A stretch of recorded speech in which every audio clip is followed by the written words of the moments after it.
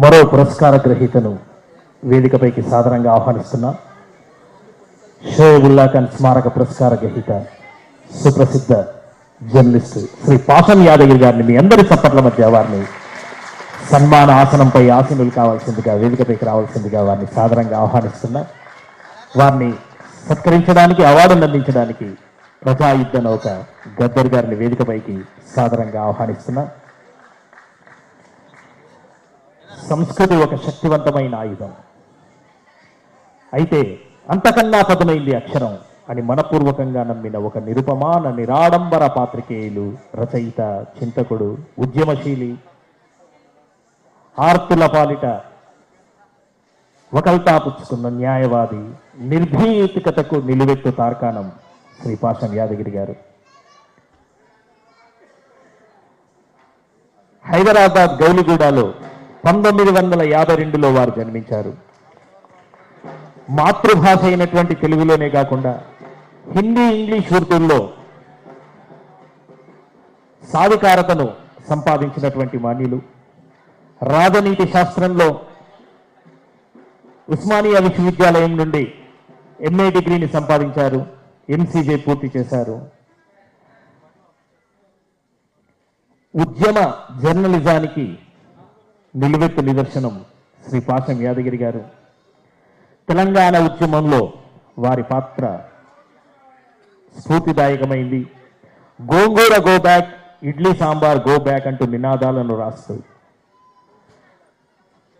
వారు కార్యకర్తగా, ఉద్యమ కార్యకర్తగా ధూమ్ తడాకా చేస్తూ ముందుకు సాగారు. ఉర్దూ భాష మెలకువలను క్షుణ్ణంగా అర్థం చేసుకునడం వల్ల తెలంగాణలో కన్నా ఆంధ్ర భాషలో ఉర్దూ పదాలు అనేక రెట్లు ఎక్కువని గ్రహించినటువంటి వారు తెలంగాణ ఉద్యమ కరపత్రాలను రాసి ప్రజాసమితి ఎదురుగా ఉన్న సాటి ఉద్యమకారుడు వెంకటేష్ యాదగిరితో కలిసి ప్రెస్లో ప్రచురించి సీనియర్ నాయకులకు చదివించి చూసి ఆశ్చర్యపడేవాడు. శ్రీ పాషం యాదగిరి గారు కరపత్రం నుంచి క్రమక్రమంగా పత్రికా రచనలకు ఎదగడం అన్నది కేవలం స్వయం కృషితో సాధించారు. అక్షరం మీదున్న ప్రేమ పాశం ఒక శక్తివంతమైన పాత్రికేయునిగా వారిని నిలబెట్టింది. పత్రికలో జర్నలిజం అంటే ప్రజలే అనే నిర్వచనం ఇచ్చినటువంటి మాన్యులు శ్రీ పాషం యాదగిరి గారు.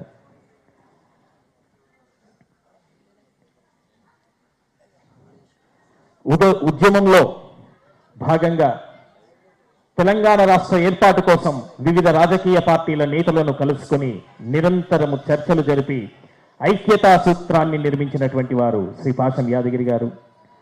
నాటి ఉద్యమ రాజకీయ నాయకులైనటువంటి వెంకటస్వామి గారు, పురుషోత్తమరావు గారు, వెల్చాల జగపతిరావు గారు, సత్యనారాయణరావు గారు, బాగారెడ్డి గారు, పండిట్ నారాయణ రెడ్డి గారు, జువ్వాది చొక్కారావు గారు, శ్రీధర్ రెడ్డి గారు, మాణిక్రావు గారు, జగన్నాథరావు గారు, చిట్టెం నర్సారెడ్డి గారు, చిన్నారెడ్డి, రామచంద్రారెడ్డి, రాజా రమేశ్వరరావు, వి హనుమంతరావు, పి జనార్దన్ రెడ్డి మహామహులతో పార్లమెంటులో ప్రత్యేక రాష్ట్ర ఏర్పాటు బిల్లును ప్రవేశపెట్టడంపై చురుకుగా చర్చలు జరిపి వారిని కార్యోన్ముఖులుగా చేసినటువంటి వ్యక్తి శ్రీ పాషం యాదగిరి గారు.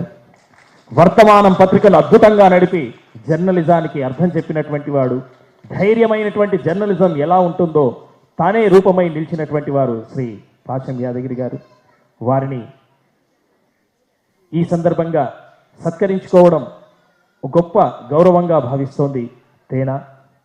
సూర్యుని రథచక్రాలు తప్ప అతన్ని ఎవ్వరూ ఆపజాలని అప్రకటిత వీరులు శ్రీ పాషం యాదగిరి గారు. వారికి ఈ సందర్భంగా పురస్కారాన్ని అందించాల్సిందిగా శ్రీ గద్దర్ గారిని కోరుతున్నాం. షోయబుల్లా ఖాన్ పురస్కారాన్ని గద్దర్ గారి చేతుల మీదుగా శ్రీ పాషం యాదగిరి గారు అందుకుంటున్నారు. మరి మన రెండు చేతులు చప్పట్లై వారికి ఈ అవార్డు యొక్క అనుభూతిని మరింత పదిలం చేయాలని కోరుతూ శ్రీ పాషం యాదగిరి గారిని తమ అనుభూతిని వ్యక్తపరచాల్సిందిగా కోరుతున్నాను.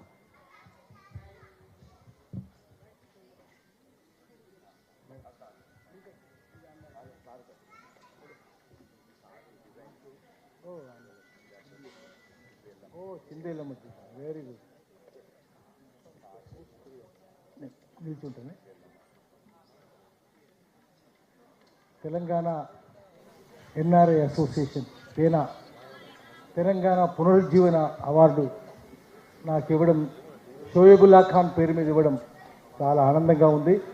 షోయబుల్లా ఖాన్ ఆయన కొత్త ఒరవడి హైదరాబాద్లో దిద్దినాడు.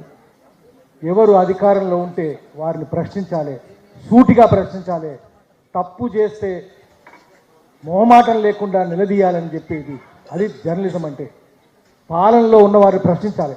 గద్దరని చెప్పినట్టు పరిపాలన చేసేవారిని పోతన సర్వజ్ఞ సింగభూపాలని నరాధముడు అన్నాడు, కర్ణాటక కిరాత కీచకులు అన్నాడు, ఈ కూళ్ళకిచ్చి పడుపు కూడా తింటారు ఆ భాగవతాన్ని అన్నాడు. అట్లనే కవులు కూడా, రచయితలు కూడా, పాత్రికేయులు కూడా నిరంతరం ప్రభుత్వాన్ని ప్రశ్నించాలి. What is central to journalism? జర్నలిజానికి కేంద్ర బిందువు ఏది? Critical thought is central to journalism. విమర్శనాత్మకంగా ఆలోచించాలి. అట్లా కాకుండా వాళ్ళు చెప్పినట్టు ఉర్దూలో బయాన్ బాజీ అంటారు, ప్రకటనలే రాసుకుంటూ పోతే అది స్టెనోగ్రఫీ అవుతుంది. జర్నలిజం కాదు. జర్నలిజం అంటే స్టెనోగ్రఫీ కాదు. పత్రికల్లో నాకు ఎప్పుడు పత్రికలు చూసినప్పుడల్లా ప్రకటనలు, మేము భూతల స్వర్గాన్ని నిర్మిస్తాం, ఆకాశానికి నిచ్చెనలేస్తాం, భగీరథుని కిందికి తీసుకొస్తాం, ఇట్లా చెప్పినప్పుడల్లా ఈ పత్రికలేనా, ఇది కరపత్రాలా అనిపిస్తుంది, ప్రభుత్వ గెజెట్లా అనిపిస్తుంది. అన్ని పత్రికలు అంతే. ఎవరు అధికారంలో ఉంటే వాళ్ళ పల్లకి మోసేదే పత్రికల పని అయిపోయింది. అట్లా కాకుండా రాజును ప్రశ్నించినది. నిజానికి గుడ్ జర్నలిజం అంటే కీర్తించే journalism. Good journalism is bad to government. Bad journalism, bad press అంటారు, అంటే విమర్శించే పత్రికలు. Bad journalism is eye opener to people in power. ఎందుకంటే పాశం యాదగిరి కూడా రేపు ముఖ్యమంత్రి, నా మనమరాలు వస్తున్నారు, ముఖ్యమంత్రి ప్రధానమంత్రి అయితే మామూలుగా ఏం చెప్తామంటే అన్నిటికంటే పెద్ద మత్తు గుడుంబాలో తర్రా అని ఒకటి ఉంటుంది బ్రాండు. తర్రా, జాలి, ఎంజాలి, రాసి. తర్రా చాలా వాసన చూస్తే చాలు మెదడులో ఉన్న పురుగు ముక్కుల నుంచి కింద పడిపోతుంది, అంత మత్తు ఉంటుంది. అధికారంలో ఉన్నవాళ్ళు ఎంజాలి, అధికారంలో ఉన్నవాళ్ళు ఆ ఎంజాలిని బాబా జర్దాని కలుపుకొని తాగుతారు. ఆ మత్తు వదిలించాలంటే బ్యాడ్ జర్నలిజం ఉండాలి. బ్యాడ్ జర్నలిజం అంటే పీపుల్స్ జర్నలిజం. ప్రభుత్వంలో ఎప్పుడు గొప్ప వాళ్ళు రారు, పుల్లు శాఖారులు కావు, అధికారంలో ఉన్న వాళ్ళు నీతిమంతులు కారు. వాళ్ళను ప్రశ్నించాలి. ప్రశ్నించేదే critical thought is central to journalism. అది షోయబుల్లా ఖాన్ ఆచరించి చూపి ప్రభుత్వాన్ని ఎదిరించి అమరుడైనాడు. అది గొప్ప విషయం. అందుకనే మేము ఎప్పుడు చెప్తుంటాం, నా తీర్ నికాలో, నా తల్వార్ నికాలో. నేను ఉర్దూలో చెప్తా, ఏమనుకోవద్దు, ఎందుకంటే నేను ఓల్డ్ సిటీ వాడిని. For me Urdu is mother tongue, Telugu is step mother tongue. కష్టపడి నేర్చుకున్నాం మేము తెలుగు, కష్టపడి నేర్చుకున్నాం. చిన్నేశ్వరి బాల వ్యాకరణం చదివి శాస్త్రబద్ధంగా నేర్చుకున్నాం. ఆయన పద్యం ఏంటంటే, నా తీర్ నికాలో, నా తల్వార్ నికాలో. బాణం తీయకండి, కత్తి తీయకండి, ఎందుకంటే ఆప్కు హజార్ తోఫోం కా ముకాబలా హై. 1000 పిరంగులు ఎదుర్కోవాల్సింది. కత్తి తీస్తే ఏమవుతుంది, బాణం తీస్తే ఏమవుతుంది. నా తీర్ నికాలో, నా తల్వార్ నికాలో, ఏక్ అక్బార్ నికాలో. ఒక పత్రిక తీయండి. ఆ పత్రిక ప్రజల పత్రిక అయి ఉండాలి. అది షోయబుల్లా ఖాన్ చేసినాడు. షోయబుల్లా ఖాన్ స్మరించుకుంటేనే ఆత్మశుద్ధి అవుతుంది. శరీరం శుద్ధి చేసుకోవడానికి నీళ్లున్నాయి, పిండి ఉన్నది, కానీ ఆత్మను శుద్ధి చేసుకోవడానికి అమరుల జ్ఞాపకాలు ఉన్నాయి. వాళ్ళని జ్ఞాపకం చేసుకోవడానికే ఇది నాకు చాలా సంతోషంగా ఉన్నది. మా గద్దరన్న 94 నుంచి గజ్జగట్టి ఆట ఆడి తెలంగాణ మొట్టమొదటి పాట రాసి ఎన్నో గెలిచింది చదివి పాట. నేనే అందరికంటే ఎక్కువ ఏడిపించింది ఎవరైనా ఉందంటే గద్దరన్న నేను ఏడిపించిన. నేను ఆత్మవిమర్శ కూడా చేసుకుంటున్నా. గద్దరన్న తెలంగాణ ఉద్యమంలో రాకపోతే 6 తూటాలు తగిలేవి కాదు. అది నా వల్లనే వచ్చిందని ఎప్పుడు బాధపడుతుంటా. 6 తూటాలు, ఇంకా ఒకటి తెలంగాణ అది 94 నుంచి గద్దరన్న చెప్పినట్టు కవులు కళాకారులు గజ్జగట్టి ఆడితే వచ్చింది. అందుకనే let us use popular culture as means to resist political domination. రాజకీయ ఆధిపత్యాన్ని ఎదిరించాలంటే మన శక్తి సరిపోదు, దానికి ప్రజల సంస్కృతిని వాడుకోవాలి. అందుకనే గద్దరన్న పాలకుడు సోమనాథుని తలుచుకున్నాడు, మా జిలకర శ్రీనివాసుడు తలుచుకున్నాడు, బొమ్మర పోతనను తలుచుకున్నాడు.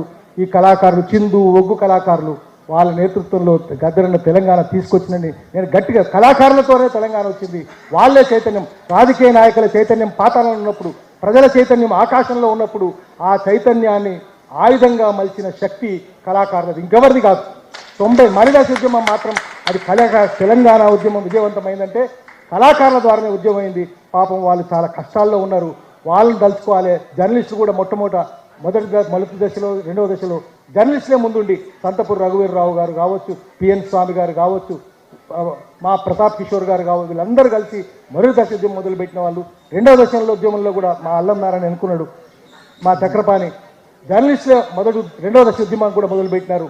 కళాకారులు, జర్నలిస్టులు, కవులు, ఉద్యోగులు, పాత్రికేయులు అందరూ కలిసి ఈ ఉద్యమం తెలంగాణ తీసుకొచ్చినారు. యువకుల బలిదానాలు, విద్యార్థుల పోరాటాలు, రాజకీయ పార్టీలు వాళ్ళ మెడలోంచి ఉద్యమంలోకి తీసుకురావడం వల్ల, సోనియా గాంధీ పార్లమెంట్లో బిల్లు పెట్టడం వల్ల ఈ తెలంగాణ వచ్చింది. ఈ తెలంగాణ చైతన్యవంతమైన తెలంగాణ చేయాలంటే ప్రజల ఉమ్మడి రాజకీయ చైతన్యం పునాదిగా పునర్నిర్మాణం జరగాలి. ఆ పునర్నిర్మాణ కృషిలో మేము అంకితం అవుతామని చెప్పి మీకు మాటిస్తున్నాను. నమస్కారం.